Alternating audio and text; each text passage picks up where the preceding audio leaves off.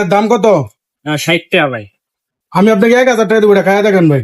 A few moments later. ভাই তিনার আছে? ও ভাই তিনার আছে। এটা তিনার জানতো ভাই। নেন ভাই তিনার নেন। ভাই এটার দাম কত? 60 টাকা ভাই।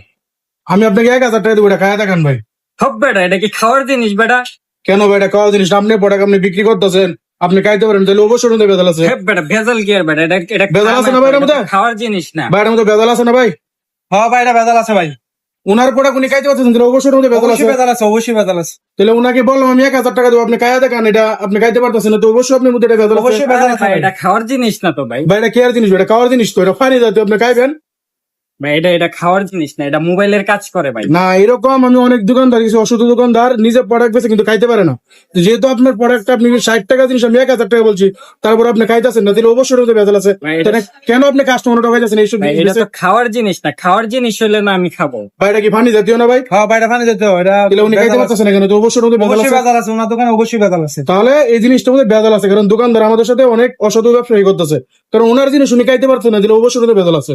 এটা তো মোবাইল পরিষ্কার করা না, থিনার ভাই, এটা তো খাওয়ার জিনিস না। ও আচ্ছা ভাই, এটা একটা মজার ভিডিও ট্রেন্ডিং এ চলতেছে, তো এই ভিডিওটা বানাইলাম আর কি। আপনি কিছু মাইন্ডে নিয়ে নেই, যেভাবে জিজ্ঞেস করি যদি খাইতে পারে তাহলে আর কি মনে হতে পারে, যেহেতু এটা মোবাইল ওয়াশ করা জিনিস, আসলে এটা খাওয়ার জিনিস না। আর বড় ভাই আপনি বুঝতে পারেন না, কারণ এটা হলো এই যে খাওয়ার জিনিস, এটা মোবাইল ওয়াশ করা জিনিস ভাই, বুঝতে পারছেন ভাই?